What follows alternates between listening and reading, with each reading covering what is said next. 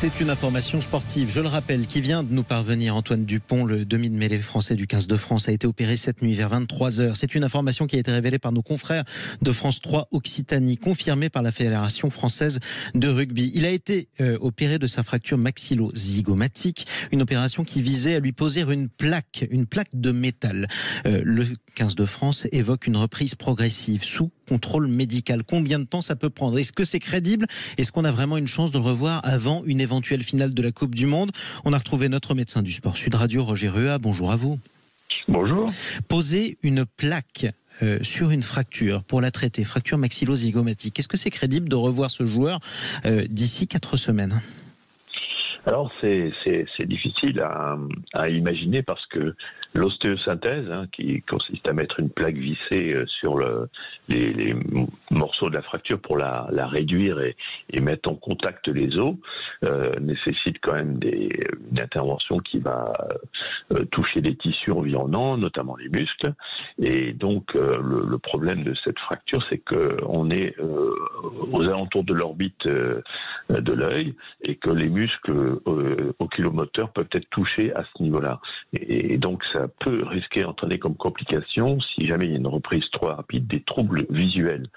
Il est important de savoir ça. Au niveau de la consolidation osseuse, on est là aussi dans les limites de l'os normal, c'est-à-dire la consolidation de l'os normal, c'est 3-4 semaines minimum. Donc une fois consolidé, il ne faut pas agresser à nouveau le foyer de fracture. Ça veut dire pas de choc, ça veut dire pas de contact, ça veut dire pas d'entraînement, en tout cas trop poussé, quoi. Exactement, donc il faut éviter tout contact. Alors on peut imaginer qu'à l'entraînement, on puisse faire en sorte qu'il n'y ait pas trop de contact, mais lors d'un match, ça paraît tout à fait impensable. On l'a vu d'ailleurs avec le match contre la Namibie et le choc malheureusement Antoine Dupont a subi. Ça peut se reproduire dans n'importe quel match, et donc s'il devait avoir un autre choc là-dessus, ça paraîtrait assez grave pour la santé du joueur lui-même. Donc ce qui nous mettrait, je rappelle que cette reprise progressive, elle n'est envisagée par le 15 de France et son staff que sous contrôle médical. C'est important, on ne va pas jouer avec ce joueur, on ne va pas le mettre en danger. Mais ça nous donnerait quel type de délai raisonnable ?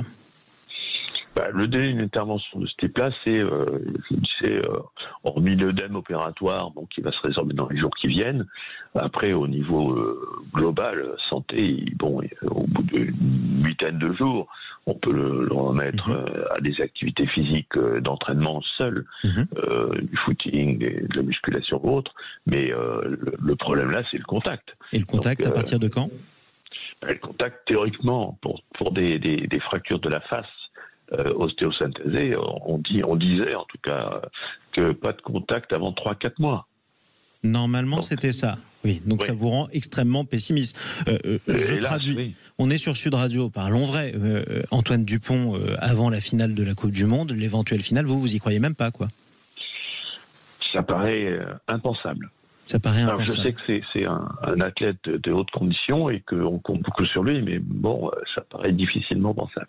Bon, mais écoutez, on va croiser les doigts. En tout cas, le plus important, c'est de lui souhaiter bon rétablissement, prompt rétablissement, pour lui comme pour nous d'ailleurs, évidemment. Merci Roger Ruat. Je rappelle que vous êtes médecin du sport. Merci à vous d'être revenu ce matin sur Sud Radio. Il est 9h11. Allez, restez